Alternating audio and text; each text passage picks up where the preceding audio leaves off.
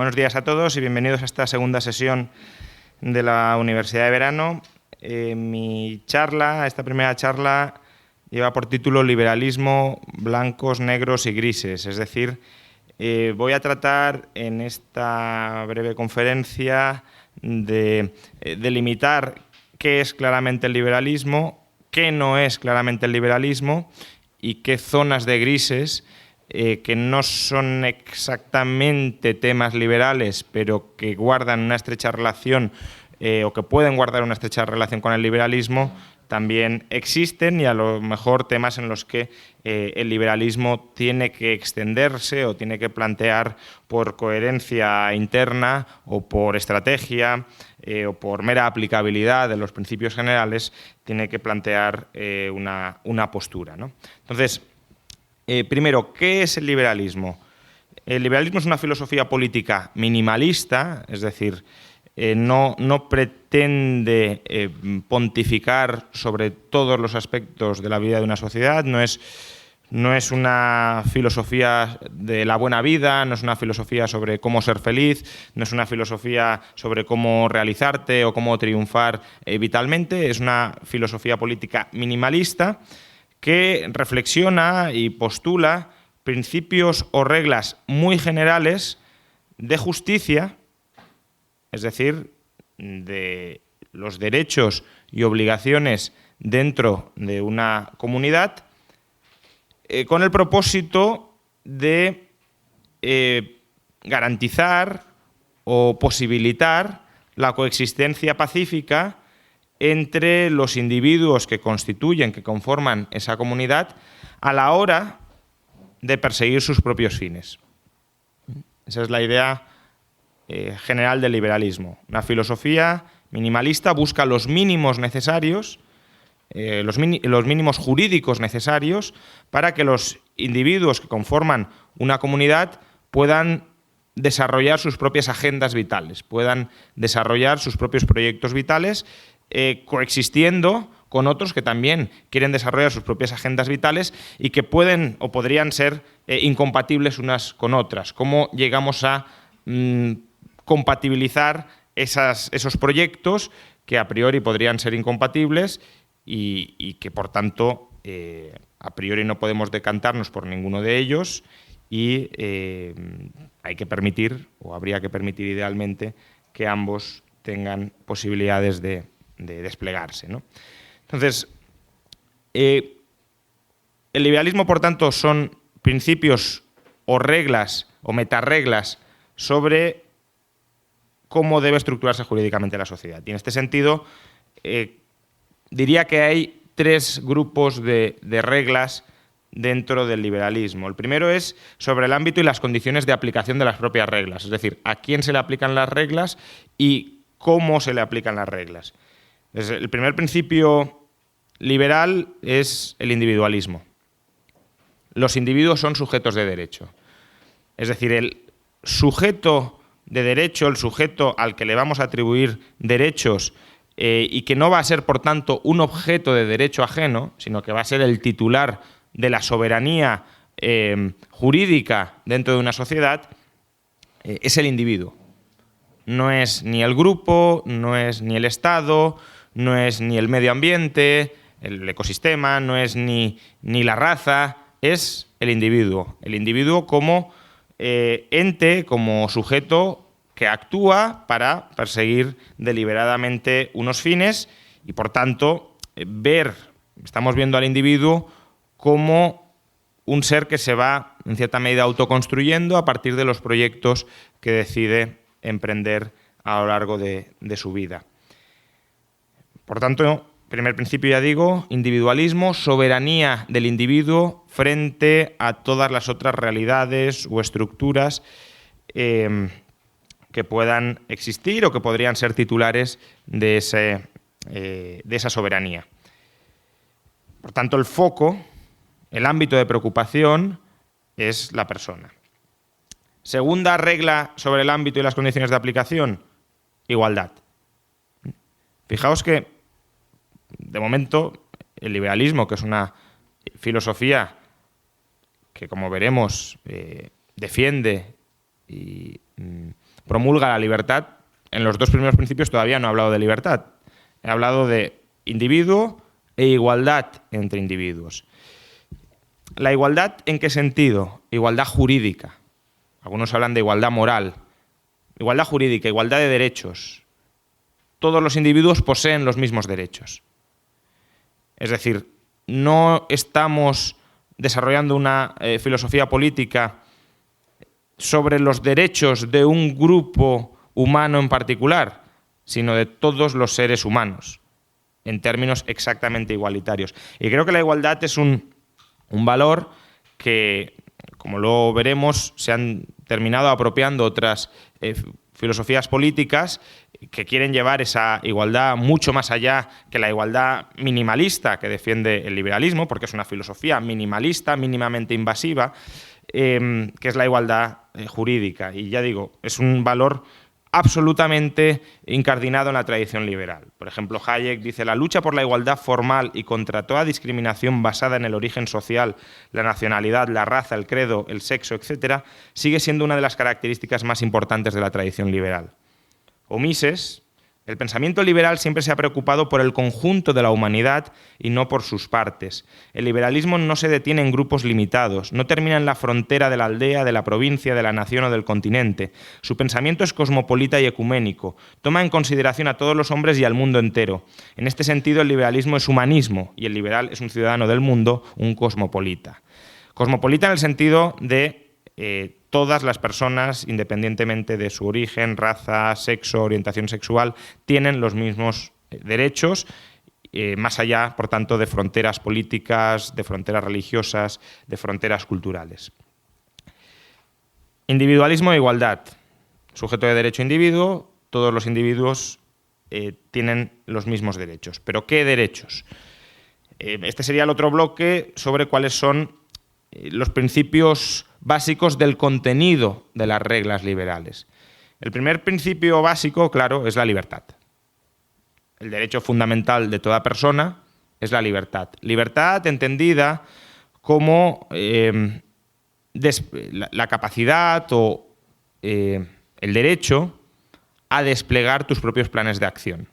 Lo que pasa es que, claro, al desplegar tus propios planes de acción, esos planes de acción pueden colisionar con otros planes de acción.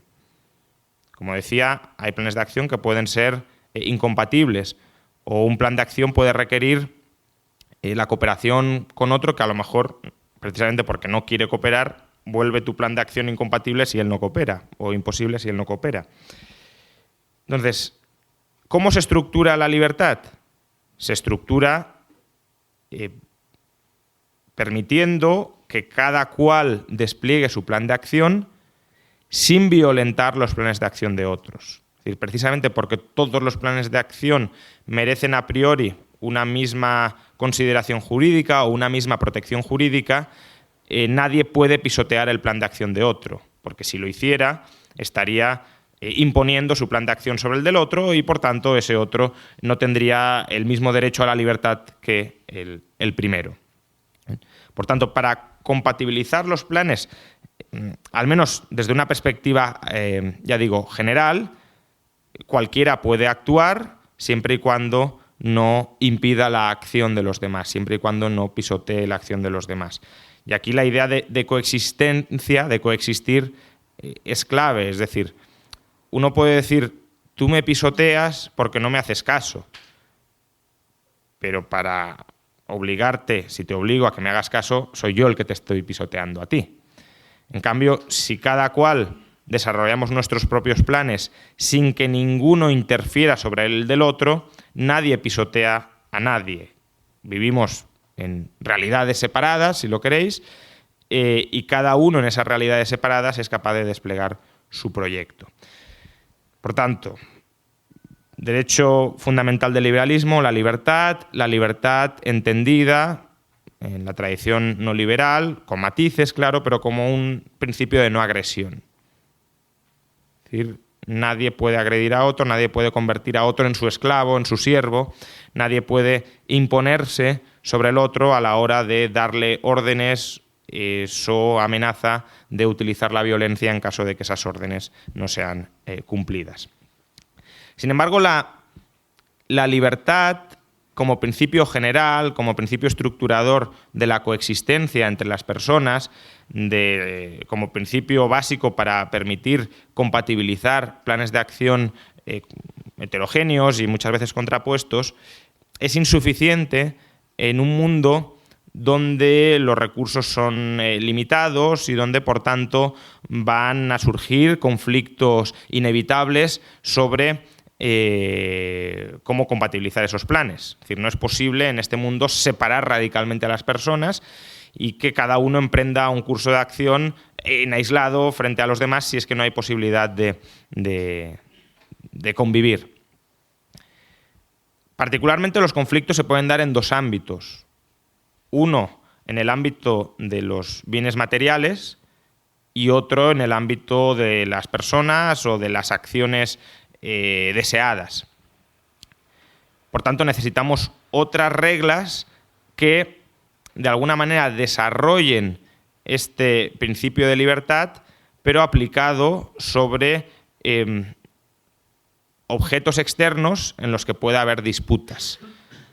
El primer principio que permite desarrollar este principio de libertad a la hora de dilucidar los conflictos o de resolver los conflictos que existen alrededor del mundo material es el principio o el derecho de propiedad.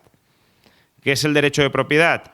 Que cualquier persona puede incorporar cualquier bien dentro de sus planes de acción siempre que haya adquirido ese bien pacíficamente. ¿Cómo se adquieren los bienes pacíficamente? Si los bienes no son de nadie, es decir, si los bienes no han estado previamente incorporados en ningún plan de acción y por tanto nadie los estaba utilizando y por tanto nadie los estaba empleando para satisfacer sus planes vitales, pues simplemente apropiándotelo sin por tanto sustraérselo a nadie. Una vez te lo apropias y una vez lo incorporas a tus planes de acción, una vez ese objeto se vuelve parte indispensable en tu proyecto vital, cualquiera que esté sustrayéndote ese bien está atentando contra tu plan vital. Entonces, en la medida en que nadie tiene derecho a atentar contra los planes vitales de otros, nadie tiene derecho a imponer su propio plan vital sobre los de otros, la propiedad, el disfrute del medio pacíficamente adquirido para completar tus proyectos vitales se vuelve parte inseparable de esa defensa de la libertad personal. Pensad que sin propiedad la libertad personal quedaría tremendamente aguada o tremendamente vaciada. Si todo fuera de todos, por ejemplo, que sería una posible alternativa, en realidad no existiría libertad. Lo que existiría es una licencia que todos, a lo mejor democráticamente o a través de un líder capaz de movilizar voluntades, una licencia que el grupo le otorgaría a una persona para que pueda disfrutar de pueda perseguir algunos fines o no. Imaginad que la comida se distribuyera en función de lo que el grupo quisiera. Pues evidentemente el grupo podría decidir matar de hambre a una persona. O imaginemos que el papel o los ordenadores se distribuyeran según lo que el grupo quisiera. En ese caso, también, ¿cómo podría un individuo tratar de desplegar su libertad para investigar, para criticar, para desarrollar ideas, cuando los medios materiales que necesitas para realizar cualquiera de esas actividades son propiedad del grupo o caen bajo el dominio del grupo y, por tanto, el grupo es quien decide qué se hace y qué no se hace? Por tanto, para que el plan vital de cada persona se pueda desarrollar, es necesario la posibilidad de apropiarse de medios o de aquellos medios que necesita para desarrollar ese plan vital, respetando esa misma capacidad de apropiación de medios de otras personas a la hora de desplegar sus planes vitales. Y, por supuesto, la otra vía de adquirir pacíficamente la propiedad es con la transmisión. Es decir, si yo soy propietario y te regalo, te vendo, te entrego mi propiedad, tú devienes propietario en la medida en que yo soberanamente sobre mi propiedad he decidido renunciar a ese derecho. Por tanto, la propiedad es la forma de solventar las disputas en torno a la realidad material que nos envuelve. Aquel que se haya apropiado primero de esa realidad material sin haber conculcado los derechos de los demás, sin haberles agredido, sin haberles aniquilado, sin haberles explotado, sin haberles excluido violentamente del proceso de adquisición, deviene dueño, deviene soberano de ese objeto y por tanto puede utilizarlo como le plazca, salvo evidentemente para agredir a otras personas o para pisotear los planes vitales de otras personas. El segundo principio sobre cómo regular la convivencia dentro de una sociedad es a través de los contratos, ¿bien? De la autonomía contractual. La libertad, por tanto, también comprende el derecho a obligarse en favor de terceros. Un contrato al final es renuncio a parte de mis derechos, el derecho a que no pisotees o a que no interfieras en mi plan de acción, renuncio parcialmente a que tú puedas interferir en mi plan de acción, normalmente a cambio de algo. Normalmente a cambio de que tú también renuncies a que yo pueda interferir en tu plan de acción. Los contratos son instrumentos para formalizar acuerdos sobre hacer, no hacer o dar cosas. Tú puedes comprometerte a transferir propiedad a través de un contrato, puedes comprometerte a desarrollar una determinada prestación en favor de un tercero en un contrato, o puedes comprometerte a no desarrollar una prestación en perjuicio de un tercero en un contrato. Todo eso se puede formalizar por escrito y puede haber, en ese sentido, un intercambio de derechos y obligaciones. Por tanto, los derechos y obligaciones inherentes a la libertad individual o a la propiedad son modulables, son modificables, son matizables a través de los contratos. ¿Y por qué podemos querer modular, matizar esos derechos? Porque podemos llegar a acuerdos mutuamente beneficiosos. Yo renuncio a mi propiedad sobre este coche a cambio de que tú renuncies a tu propiedad sobre esta motocicleta, intercambiando a través de este instrumento ambos bienes. O yo renuncio a mi propiedad sobre mi coche a cambio de que tú te obligues a prestarme este servicio a lo largo del próximo año. Con lo cual tú adquieres la obligación de prestar ese servicio y eso significa que tu plan de acción deja de ser enteramente soberano, porque dentro de tu plan de acción ya has de incorporar la carga de tener que realizar una prestación en favor de un tercero. Carga que, sin embargo, has asumido voluntariamente haciendo uso de esa libertad individual también para obligarte. Por tanto, si la propiedad permite regular los conflictos sobre los bienes materiales, los contratos permiten regular los conflictos sobre las acciones, sobre las interacciones entre las personas. Si yo quiero que tú hagas algo, porque lo necesito, negociamos en qué condiciones tú estás dispuesto a hacer ese algo. Porque si yo te impongo que tú hagas ese algo en favor de mí sin que tú estés de acuerdo, evidentemente sí estoy pisoteando tu plan de acción. Entonces, en la medida en que las personas sí quieren interactuar, sí quieren cooperar, el instrumento adecuado para dar cierta certidumbre, cierta seguridad, cierta previsibilidad y, por tanto, viabilizar esa cooperación en condiciones de seguridad jurídica es el contrato. El contrato, por cierto, tradicionalmente era considerado lex privata, es decir, ley privada entre las partes. Aquello que dos partes aceptaban se convertía en ley entre ellos. No una ley general y universal, pero sí una ley entre esas dos partes. Y la cuarta norma sobre el contenido sustantivo de los derechos y obligaciones liberales es un principio, una norma que no siempre se expone, no siempre se pone de manifiesto y que también es muy importante porque si no las otras tres pierden gran parte de su sentido, que es la reparación. Bien. Quien viole los derechos ajenos debe reparar el daño causado a la víctima. Si no hubiese derecho a la reparación, los derechos estarían vaciados de contenido. Si decimos, tú tienes derecho a la libertad, a la propiedad y a los contratos. ¿Y qué pasa si yo me cargo esos derechos? No pasa nada. Pues básicamente es una declaración de intenciones, pero sin ninguna repercusión jurídica.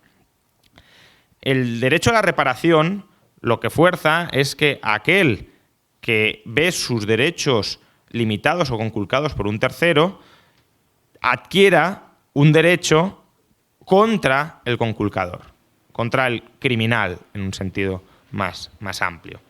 Entonces, la forma más básica de reparación, que sería la ideal, pero que no siempre es posible, es la restitución. Es decir, si tú me has robado un televisor, tengo derecho a que tú me devuelvas ese televisor, o al menos tengo derecho a que tú me devuelvas ese televisor, es decir, a que restituyas la situación previa a la conculcación de los derechos. Como si esa conculcación jamás hubiera sucedido y, por tanto, como si el plan de acción de nadie jamás hubiese visto pisoteado. Sin embargo, como digo, esto no siempre es posible. En esencia, porque además modificar una situación presente, aunque la restituyas en el futuro, nunca es igual a la situación que hubiese existido en caso de que no se hubiese producido esa conculcación. Entonces, la forma complementaria o alternativa de reparar el daño causado es a través de la compensación. Es decir, tratar de buscar un sustituto muy cercano en términos de valor, es decir, en términos de encaje en el plan de la persona, que reemplace aquel perjuicio, aquella conculcación de los derechos que le ha sido generado, de tal manera que esa persona recupere o mejore su situación inicial previa a la conculcación de sus derechos. Como digo, la reparación del daño causado es fundamental para un liberal y además permite analizar muchas de las instituciones que tenemos hoy con una óptica, digámoslo así, crítica. Si partimos de que los derechos que existen hoy son los derechos correctos sin plantearnos cuál ha sido el origen de esos derechos, podemos consolidar injusticias pasadas. Por ejemplo, derechos de propiedad que hayan surgido del expolio de terceros. Claro, el liberalismo defiende el derecho de propiedad, pero no defiende el derecho de propiedad surgido violentamente. Con lo cual, la reparación lo que permite es dar una solución a ese problema. El propietario que no haya adquirido su propiedad pacíficamente, sobre todo, ahí ya podríamos entrar en la prescripción de los delitos, ¿no? Pero sobre todo si esa propiedad ha sido adquirida violentamente de mala fe, porque uno puede adquirir una propiedad robada sin ser consciente de que es robada y, por tanto, esa persona, si durante mucho tiempo disfruta públicamente de esa propiedad sin ser consciente de que es robada, pues existe en derecho la institución de la usucapión, es decir, que deviene propietario de esa propiedad simplemente porque nadie ha cuestionado su dominio durante un periodo prolongado de tiempo y no hubo mala fe en su adquisición original. Otra cosa es que si compró esa propiedad, el dinero que pagó al ladrón, evidentemente ese dinero sí debería ser perseguible precisamente para compensar a la víctima que fue la atracada en esa transferencia de propiedad. Por tanto, libertad, propiedad, autonomía contractual y reparación del daño causado. Ese es el núcleo duro de los derechos sustantivos del liberalismo. Con ese núcleo duro, prácticamente todas las controversias generales, luego cuando se desciende a controversias específicas ya hay que especificar mucho más, pero casi todas las controversias generales pueden ser solventables. Y luego diría que hay 3 reglas más que en realidad son implicaciones institucionales, sociopolítico-económicas del liberalismo que derivan de estos principios, de estas reglas anteriores. La primera implicación sobre la sociedad civil es que el liberalismo se basa en la asociación voluntaria. Es decir, los individuos tienen derechos a asociarse o desasociarse de otras personas. Como hemos visto, la autonomía contractual es el núcleo duro de las reglas liberales. Lo que pasa es que los contratos normalmente son contratos entre 2 partes bilaterales, no tiene por qué ser así, pero suele ser así, y muchas veces es para cooperaciones esporádicas, para cooperaciones no recurrentes en el tiempo. De nuevo, no tiene por qué ser así, puede haber contratos de suministro a largo plazo, pero en general son contratos efímeros.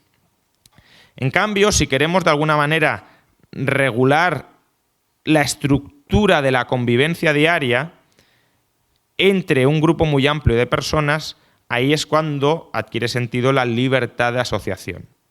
Es decir, yo me asocio contigo, firmamos un contrato multilateral al que llamamos estatutos o constitución, y esos estatutos asociativos son los que resuelven o estructuran cómo se resuelven problemáticas de la interacción diaria pues en zonas que son comunes, en efectos que necesariamente se desprenden de las acciones de unos y que afectan a otros por una vía, digamos, indirecta, lo que podrían ser externalidades. Especificamos mucho más cómo se desciende desde esos principios generales del liberalismo a la realidad, como decía, del día a día, y hasta dónde llega la propiedad, cómo se transfiere concretamente la propiedad, cuáles son las características formales que debe tener un contrato para que todos reconozcamos que es un contrato y no un mero desideratum o una mera promesa sin voluntad de obligarse. Todo eso es lo que al final se genera a través de la asociación o desasociación voluntaria, porque la otra parte de la desasociación es justamente que nadie está obligado, sobre todo si no ha prestado su consentimiento expreso original, nadie está obligado a vivir dentro de una asociación o de una comunidad amplia, como decía, donde él no ha prestado ese consentimiento y, por tanto, donde se le están imponiendo unas reglas que él jamás ha consentido, sobre las que jamás ha consentido, y que desbordan con mucho esa ética minimalista del liberalismo. Por tanto, posibilidad de entrar en asociaciones y de salir de asociaciones. Si no existe posibilidad de salir de ciertas asociaciones en las que uno no ha entrado voluntariamente y aceptando ciertas reglas, incluso diría yo, aunque esto da para debate, incluso si las has aceptado sin cláusula de salida, denegar la cláusula de salida bajo cualquier concepto te termina convirtiendo en una especie de siervo o esclavo que en cierto modo atenta contra los principios nucleares del liberalismo, pues imposibilitar la salida, imposibilitar la separación, la secesión, en última instancia te convierte en rehén de un grupo y de un conjunto normativo que tú no has aceptado. Bien, ese era el corolario para la implicación para la sociedad civil, asociación y desasociación. La implicación para el mercado sería el libre comercio. Los individuos tienen derecho a cooperar y competir con otros individuos a la hora de producir y distribuir bienes. El modelo económico del liberalismo es el libre mercado. La concurrencia para la competencia. Básicamente, cualquiera puede dedicarse a cualquier profesión, no hay impedimentos legales o gremiales que impidan, que prohíban que tú produzcas un determinado bien o servicio. Las condiciones en las que produces esos bienes o servicios están caracterizados por el derecho de autoorganización empresarial, es decir, dentro del proyecto del vehículo que tú generes para producir bienes y servicios, normalmente llamado empresa, tienes la capacidad de asociarte contractualmente con otros y los términos de esa cooperación dentro de la empresa son libérrimamente determinados por esos acuerdos entre las partes y, por tanto, la empresa puede adoptar cualquier forma que sea el resultado del mutuo acuerdo de entre los partícipes. Libertad, por tanto, también de competencia. Si hay libertad de entrada y libertad de autoorganización empresarial, cualquiera puede competir con cualquier otro. Si tu proyecto empresarial creo que no es bueno y que yo lo puedo hacer mejor para terceros, yo tengo el derecho al menos de intentar disputarte tu posición en el mercado, creando otra empresa, otro vehículo empresarial y ofreciendo bienes que considero que son mejores a los tuyos. También libertad de difusión de ideas. La publicidad, al final, no es más que una forma de comunicarte o de informar a tus potenciales contrapartes, a tus potenciales clientes, a tus potenciales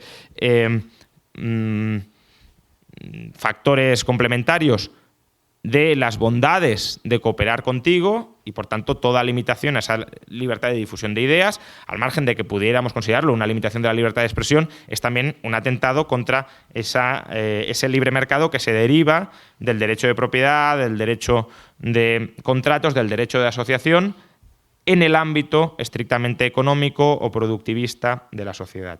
Y, por último, el corolario político, la implicación política del liberalismo sería el gobierno limitado. ¿Qué es el gobierno limitado? La idea de que el Estado debe limitarse a respetar los derechos de los individuos. La función del Estado no va más allá que respetar los derechos de los individuos. El Estado no es soberano, no es fuente de derechos, no es fuente, por tanto, del derecho a mandar, a gobernar, a obligar unilateralmente a terceros, sino que es un sujeto de derecho más, sin ningún tipo de privilegio jurídico frente a los demás, pero especializado funcionalmente en hacer respetar esos derechos. Tiene el cometido especial, quizá monopolísticamente especial, de garantizar o tratar de garantizar que los derechos que conforman el núcleo del liberalismo son respetados dentro de una determinada comunidad. Ese respeto a los derechos del individuo, idealmente, si se pudiera, debería llegar hasta el punto de la libre asociación política con el Estado. Es decir, si un determinado garante de los derechos individuales no es de mi agrado, precisamente por la libertad de asociación que caracteriza a los individuos, debería poder separarse de ese Estado y constituir otro tipo de asociaciones políticas de corte voluntarista que sean las que garanticen esos derechos. No está claro que ese modelo sea socialmente viable, quizá lo sea, no entro a ese debate. Si fuera posible, si fuera viable, si fuera relativamente estable esa posibilidad de desasociarse del Estado y reasociarse con otros estados, lo que podríamos llamar anarcocapitalismo, el liberalismo estaría claramente abocado a ser anarcocapitalista, porque el grado más elevado de respeto a los derechos de las personas, siendo socialmente viable, sería justamente reconocer ese derecho de separación política del Estado. Pero, como digo, no está claro que esto sea viable. Y si no es viable, reivindicar un derecho que lo único que hace es conculcar la infraestructura que permite garantizar esos derechos, al final es hacerte el harakiri desde un punto de vista intelectual, filosófico y político. Pero, como digo, este es un debate en parte científico sobre cuáles son las funciones imprescindibles del Estado, si es que hay alguna función imprescindible del Estado. En todo caso, si el Estado es imprescindible, lo que está claro es que necesitamos pesos y contrapesos formales que limiten el poder del Estado, que lo mantengan maniatado, y esos pesos y contrapesos no solo me refiero a diseños institucionales o intrainstitucionales del Estado que limiten su poder, sino también pesos y contrapesos externos al Estado que limiten su poder. Por ejemplo, una sociedad civil movilizada contra la expansión del poder político, por ejemplo, organizaciones, ya sean iglesias, universidades, asociaciones civiles, ONGs, que planten cara a la expansión del poder del Estado más allá de el que estaría estrictamente justificado como garante de los derechos.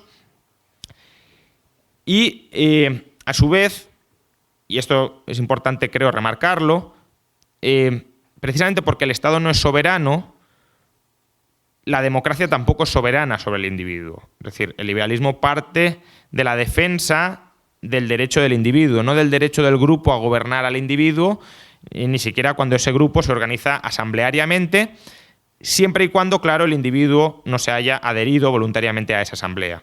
Si el Estado, como decía antes, puede que sea inevitable y que, por tanto, en cierto modo estemos adheridos forzosamente a una determinada organización política, lo que desde luego hay que garantizar es que esa organización política de la que no podemos desvincularnos políticamente no invade ámbitos de nuestra vida que no sean absolutamente imprescindibles que invada. Es decir, el Estado, precisamente porque no me puedo desvincular de él, no puede ponerse a regular, pues, no sé, cuestiones que atentan directamente contra los planes de la vida de las personas, cuando no ha habido delegación expresa de cada individuo de que esas cuestiones sean reguladas por ese Estado. Ya digo, puede ser imposible, insisto, delegar cualquier cuestión, pero todo aquello que sea posible que no se delegue no son competencias de las que el Estado se puede apropiar, porque eso sería exactamente pisotear los planes vitales de las personas, aun cuando se haga en nombre de la mayoría. Eso es simplemente otorgarle al grupo un derecho de soberanía frente al individuo. Y a su vez, el Estado también debe limitarse no solo internamente, es decir, dentro de su comunidad, sino también externamente. Es decir, no debe ser imperialista a la hora de invadir, conquistar, someter, sojuzgar a otros individuos. Bien, esto es el blanco. Voy a ir rápido porque ya no queda mucho tiempo. ¿Qué es el negro? Movimientos, corrientes, ideologías que claramente no son liberales, es decir, que no tienen ningún encaje dentro del liberalismo. Socialismo o comunismo, es decir, la idea de que hay que socializar, comunitarizar los medios de producción para eliminar todas las relaciones de poder económico y, por tanto, distribuir igualitariamente ese poder. Claramente, el socialismo o comunismo atenta contra la libertad de las personas a desarrollar su proyecto vital adquiriendo propiedad privada. Si la propiedad privada de los medios de producción no está garantizada, una persona no puede, por ejemplo, realizarse vitalmente promoviendo un proyecto empresarial. El proyecto empresarial es un proyecto tan legítimo como puede ser un proyecto intelectual. De hecho, en cierta medida es un proyecto intelectual canalizado a la vía productiva.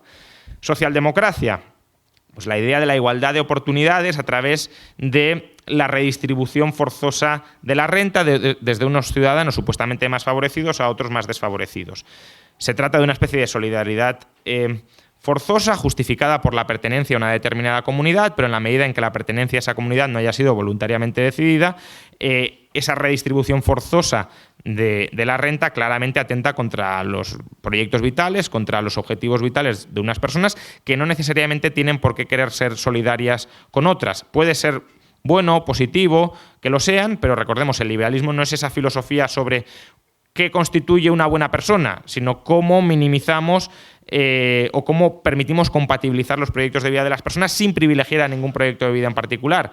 Si unas personas son parasitadas por otras, evidentemente no se está garantizando esa igualdad moral de los proyectos vitales. El fascismo, ¿qué es el fascismo? Pues la idealización del Estado como expresión histórica más avanzada de un determinado grupo nacional. Por ejemplo, ¿cómo definía Mussolini el fascismo? Pues el fundamento de la doctrina fascista es la concepción del Estado, de su esencia, de sus cometidos, de sus finalidades. Para el fascismo, el Estado es un absoluto, ante el cual los individuos y grupos son relativos. Individuos y grupos son concebibles en cuanto estén en el Estado. Por tanto, claramente, el fascismo es la ideología que confiere soberanía moral absoluta al Estado y, por tanto, es algo absolutamente contrario al liberalismo, porque atenta contra el principio fundamental que es la soberanía individual y, desde luego, la libertad del individuo frente a ese absolutismo estatal. Y, por último, también el conservadurismo. El conservadurismo es la idea de respetar la tradición o la civilización, es decir, las normas heredadas. Ahora debatiré en breve en qué medida el liberalismo se pueda compatibilizar con el conservadurismo, pero desde luego el liberalismo y conservadurismo son ideologías distintas, porque en ocasiones la tradición, las normas recibidas entran en conflicto con la libertad individual. Y cuando entran en conflicto, ahí se observa si uno es liberal o uno es conservador. Si cuando una norma recibida atenta contra la libertad individual, defendemos que prevalezca la tradición frente a la libertad individual, claramente estamos ante un conservador. Si frente a la tradición se reivindica la libertad individual, estamos ante un liberal. Bien. Ahora, esto es liberalismo, esto no es liberalismo, pero ¿qué puede haber entre medio que no está claro si es liberalismo o si los liberales tienen que implicarse o no? Es decir, los grises. El liberalismo, como podéis ver, no contiene un proyecto específico de sociedad. Es decir, cualquier proyecto individual o socialmente emergente que surja dentro del marco institucional jurídico que previamente he perfilado es a priori compatible con el liberalismo. Ahora bien, ¿puede el liberalismo desligarse totalmente de ciertas realidades sociales o culturales que inevitablemente matizan, cualifican o modifican o especifican sus posicionamientos en un contexto determinado? Hay un debate en el liberalismo estadounidense que es entre el liberalismo robusto y el liberalismo enclenque. El liberalismo robusto es aquel que no solo se queda o no solo se conforma con esta filosofía política minimalista, sino que trata de ver cuáles son sus implicaciones en otros ámbitos donde aparentemente no debería tenerlas. El liberalismo enclenque, en cambio, es aquel que dice no, yo me quedo únicamente con ese marco minimalista y cualquier cosa es compatible con ello. Aquí es donde entra, por ejemplo, la idea de un liberalismo de izquierdas o del liberalismo de la alt-right, si es que eso es compatible, que en mi opinión no, pero bueno, o de un liberalismo progresista frente a un liberalismo conservador. Es decir, compatibilizar el liberalismo con otros marcos culturales que en cierta medida informen cómo se desarrollan esos principios. Y en cierto modo yo creo que una visión del liberalismo robusto sí es necesaria y sí es inevitable, al menos en tres ejes. El primero es a la hora de aplicar los principios liberales que he pergeñado previamente. Es decir, necesitamos un marco social o cultural donde especifiquemos esos principios. Por ejemplo, algunas preguntas que no tienen una respuesta inmediata a través de la mera aplicación estricta de los principios anteriores, si no complementamos con otras ideas no esencialmente liberales, pero que necesita el liberalismo para tener un posicionamiento. ¿Cuál es la unidad que constituye al individuo y, por tanto, al sujeto de derecho? ¿Los animales son sujetos de derecho o no son sujetos de derecho? ¿O solo son las personas? Bueno, aquí tenemos que debatir si los animales son sujetos de derecho o son las personas, y si los animales no lo son, habrá que establecer diferencias cualitativas que incluso van más allá de la filosofía política liberal de por qué los animales no y las personas sí. Luego, ¿qué es un ser humano? Durante muchos años se decía que los negros no eran seres humanos. Por tanto, el racismo, como una ideología que, en principio, hay algunos que dicen, un liberal puede ser racista. Bueno, claro, un liberal puede ser racista atentando contra la igualdad del ser humano, porque estás descualificando como sujetos de derecho a una parte del género humano y, por tanto, estás renunciando a esa igualdad jurídica. O, por ejemplo, también el feminismo. Si consideramos que las mujeres son menos seres humanos, no tienen alma o son sujetos subordinados al ser humano. Entonces, el liberalismo claramente ha de tener una posición ahí, no puede decir, no, bueno, pues igualdad de los seres humanos, pero ¿qué entendemos por ser humano? ¿Están las mujeres incluidas o no? Claramente, en mi opinión, sí, pero podría haber gente que dijera no, y si es que no, ¿qué tienen que decir los liberales al respecto? ¿Se tienen que quedar callados o tienen que refutar esos planteamientos machistas o racistas? Claramente creo que sí. ¿Cuándo un ser humano deviene sujeto pleno de derecho? Porque los derechos pueden existir, pero pueden estar graduados. ¿El nasciturus es sujeto de derecho o no? Es decir, ¿el aborto es un asesinato del nasciturus o no lo es? Pues eso depende de qué concepción tengamos, no solo ya de ser humano, sino también de sujeto de derecho, de cuándo empiezan plenamente esos derechos. Luego, ¿cuáles son los límites y las competencias de la patria potestad? Vale, es verdad, el niño queda subordinado a la tutela del padre, pero ¿qué puede hacer el padre en el ejercicio de su tutela? ¿Puede maltratar al menor? ¿Puede esclavizar al menor? Es decir, ¿cuál es el contenido, ya que los derechos son modulables normalmente con la responsabilidad y con la edad, cuál es el contenido de las potestades de la tutela paterna? Y luego, ¿qué pasa con la libertad de asociación tácita? Un poco lo que comentaba antes Paco, de que puede haber instituciones como el sistema de castas, donde aparentemente todo el mundo las acepta por defecto, pero ¿realmente ha habido ahí una aceptación ¿podemos considerar que las castas son instituciones sociales voluntarias o realmente son fruto de una opresión, de una coacción previa que no estamos detectando y por tanto no hay ahí un verdadero respeto a la libertad individual de cada cual, sino una forma de someter a las personas a través de determinadas estructuras aparentemente de aceptación voluntaria?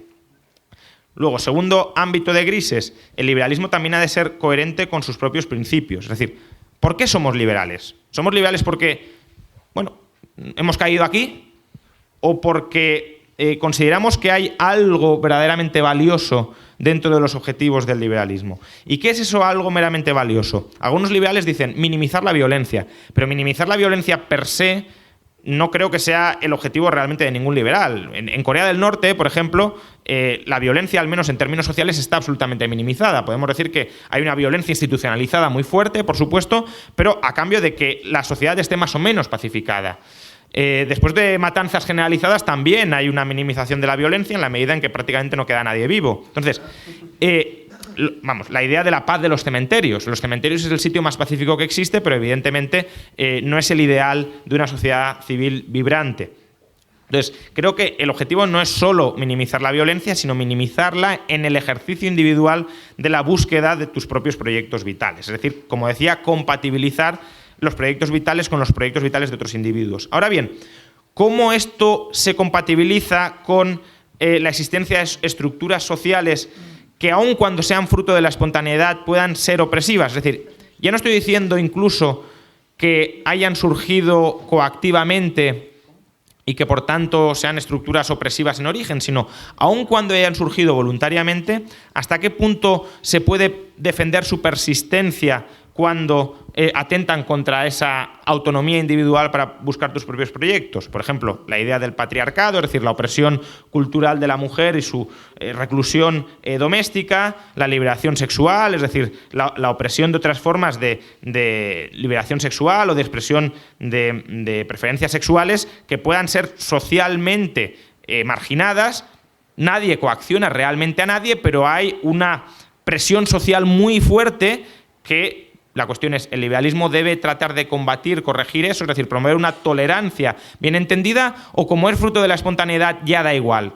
Si nos preocupan tanto la, digamos, autodeterminación individual, ¿en qué sentido podemos despreocuparnos de estructuras que machacan esa autodeterminación individual, aunque sea de manera no violenta? La marginación étnica, las sectas, que también pueden ser de inclusión individual, pero evidentemente destrozan la posibilidad de perseguir tus propios proyectos vitales, o las castas. Y por último, ya termino, también este debate es importante desde lo estratégico. Es decir, una sociedad libre no se mantiene, no se perpetúa en un éter institucional. Es decir, hay entornos institucionales que son más proclives a que perdure una civilización, digamos, defensora de las libertades, y otras que destruyen ese marco institucional, por ejemplo, que promueven guerras civiles, matanzas mutuas o simplemente el surgimiento de un Estado opresor. Entonces, ¿debe el liberalismo tratar de promover o defender esas instituciones? Es decir, ¿cómo el liberalismo se compatibiliza con un orden liberal frente a un caos disolvente? Pues bueno, ¿qué tiene que decir el liberalismo, por ejemplo, en el debate consumismo voraz o sociedad de propietarios? Es decir, el liberalismo tiene que promover la frugalidad, la austeridad, el ahorro como base de la sociedad, o da igual el cortoplacismo excesivo de las personas aun cuando consuman toda su propiedad simplemente por ser una expresión de su libre elección. Cuando digo promover no digo coactivamente, claro, sino culturalmente, divulgativamente, etcétera. Debe defender una sociedad del sálvese quien pueda, es decir, bueno, quien se muera en la calle da igual porque al final no ha habido coacción implicada, o debe promover redes sociales de ayuda mutua para tratar de dar acomodo a esas personas y que esas personas no se conviertan en elementos desestabilizadores de la sociedad liberal. ¿Debe defender la familia tradicional como único modelo en el que la sociedad pueda desarrollarse, o debe abrazar modelos de familias diversas, modernas y adaptadas a los nuevos entornos tecnológicos y culturales en los que vivimos? ¿Debe defender sociedades culturalmente homogéneas, es decir, una especie de nacionalidades cerradas, o sociedades abiertas y culturalmente heterogéneas, es decir, no el nacionalismo sino el internacionalismo? ¿Debe defender el desarme voluntario de la sociedad, es decir, que la gente no tenga armas como prevención a que puedan estallar conflictos, o todo lo contrario, sociedades muy armadas donde también puede haber conatos de estallidos violentos. Debe tolerar las ideologías que, aún sin cuestionar la igualdad jurídica de las personas, en última instancia terminan minando esa igualdad moral de las personas, como el racismo, el machismo o también el embrismo. Es decir, que si bien no disputan que todos los sujetos sean sujetos de derecho, al final, si empiezas a establecer verdaderamente diferencias morales entre las personas, en última instancia llegarás a una situación donde se plantearán que esas personas deben tener derechos distintos. O debe atacar intelectualmente tales ideas. Debe ser indiferente, por ejemplo, ante la religión, como algunos dirán, como una suerte de supersticiones que alienan en gran medida la autonomía individual, y debe, por tanto, promover un ateísmo científico, militante, honesto intelectualmente, o en cambio debe abrazar la tradición como una institución estructuradora de la sociedad y cohesionadora de la sociedad. O por último, debe estratégicamente evitar meterse en estos debates, que son debates espinosos, que no están directamente relacionados con el núcleo liberal, porque son debates que dividen y que, por tanto, que nos alejan de una cierta unión a la hora de dar la batalla política y de las ideas, o en cambio estos son debates en los que sí que hay que entrar, porque el liberalismo coherentemente aplicado, persistentemente aplicado y específicamente aplicado no puede prescindir de tener una opinión sobre todas estas cuestiones. Muchas gracias.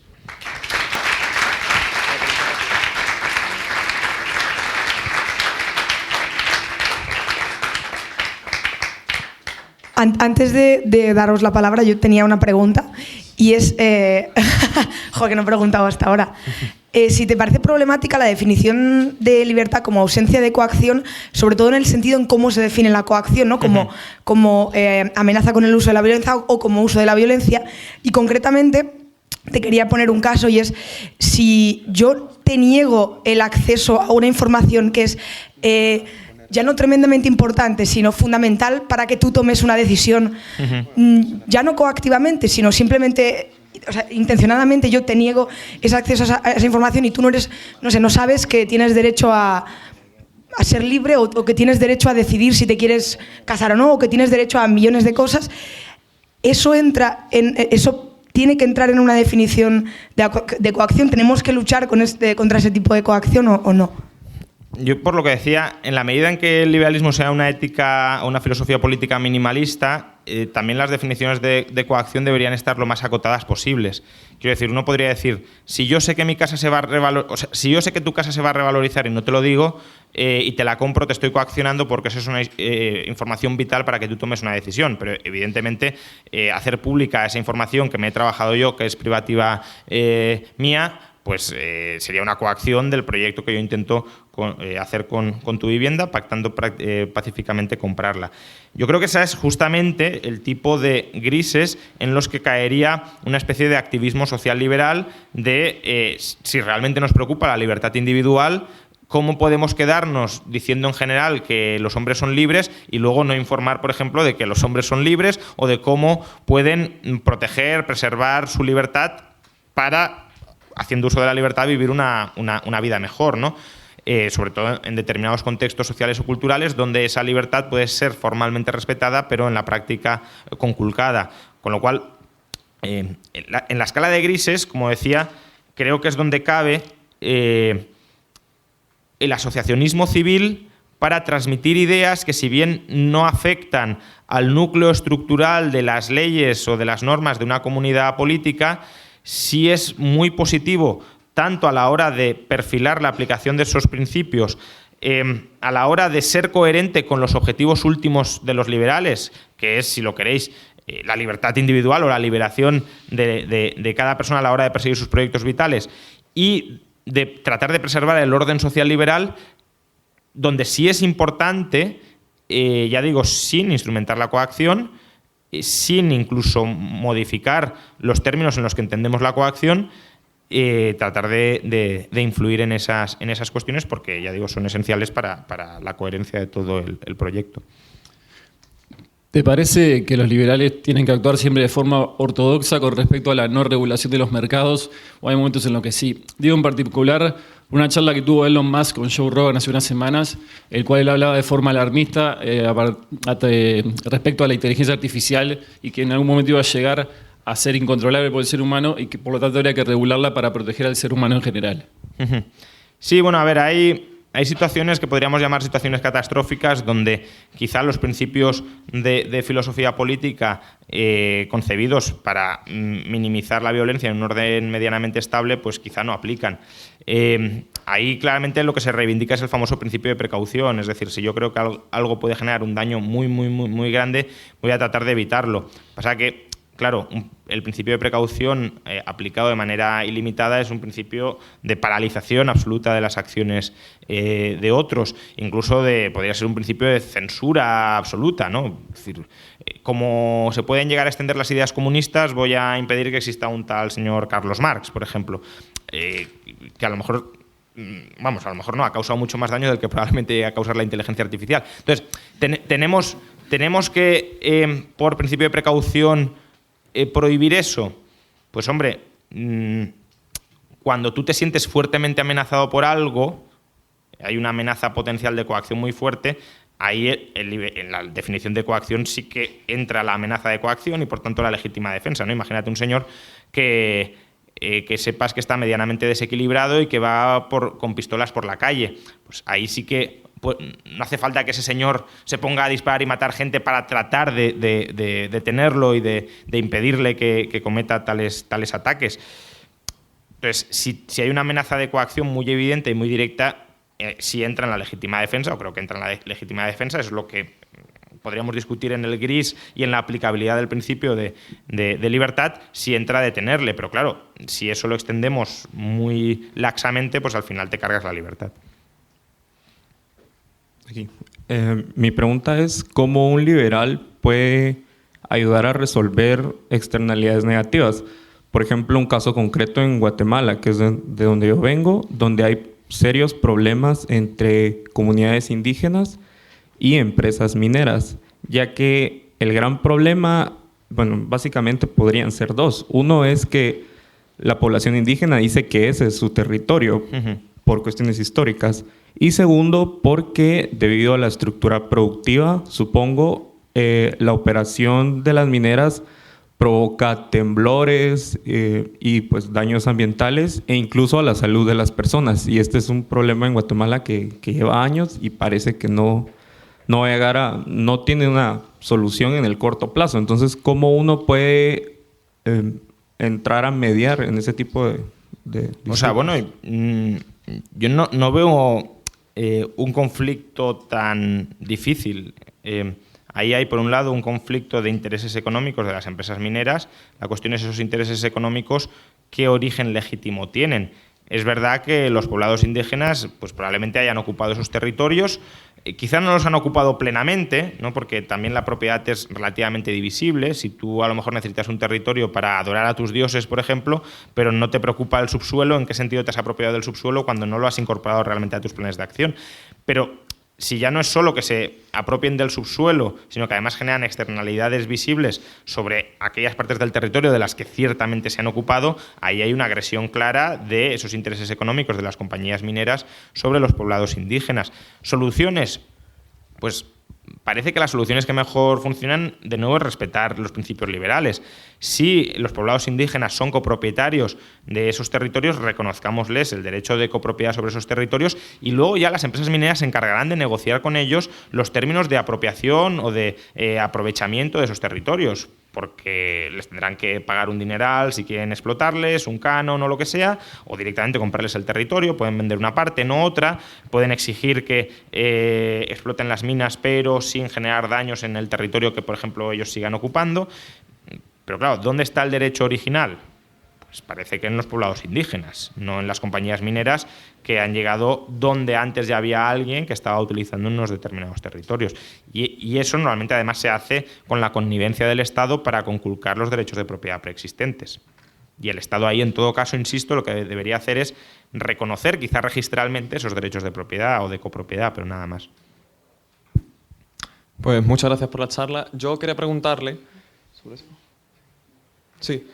Si partimos de una situación, digamos, negra, poniendo al liberalismo como punto blanco, ¿ve usted asumible renunciar a ciertos principios o a ciertos matices con tal de pasar a un gris que, si no es el blanco que nosotros desearíamos, sí se acerca más a ese blanco, pero a coste de renunciar, digamos, a esa coherencia total o a esa prudencia totalmente ideológica? Bueno, eso ya sería una estrategia política. Yo creo que una cosa es el horizonte, que tienes que tenerlo más o menos claro, con todo el debate o con todos los matices que pueda haber, pero que es, digamos, la vara de medir con la que te vas a comparar qué está bien y qué está mal, estamos bien o estamos mal. Y otra es cómo persuadimos a otros o a qué negociaciones sociales o políticas llegamos en un contexto donde evidentemente la mayoría de la población no es liberal y los liberales también tenemos que ser inteligentes a la hora de conseguir que una mayor parte de nuestras libertades sea respetada. Pero bueno, yo creo que ese es el ámbito de la política, que es un ámbito en el que, por cierto, confío bastante poco porque es más un ámbito donde teóricamente se debería hacer eso, pero donde se hacen otras cosas y es casi inevitable que se hagan otras cosas muchísimo peores. Y otro es el ámbito de las ideas y el ámbito de la filosofía moral, que en última instancia son las ideas que terminan permeando a la sociedad y que terminan configurando las percepciones de la sociedad sobre los acontecimientos. Yo creo que no hay que renunciar a la coherencia de los principios liberales en ese ámbito, y en el ámbito estratégico muy cortoplacista, pues quizá un político pueda hacerlo, en plan voy a bajar impuestos, pero no voy a renunciar a otras cosas.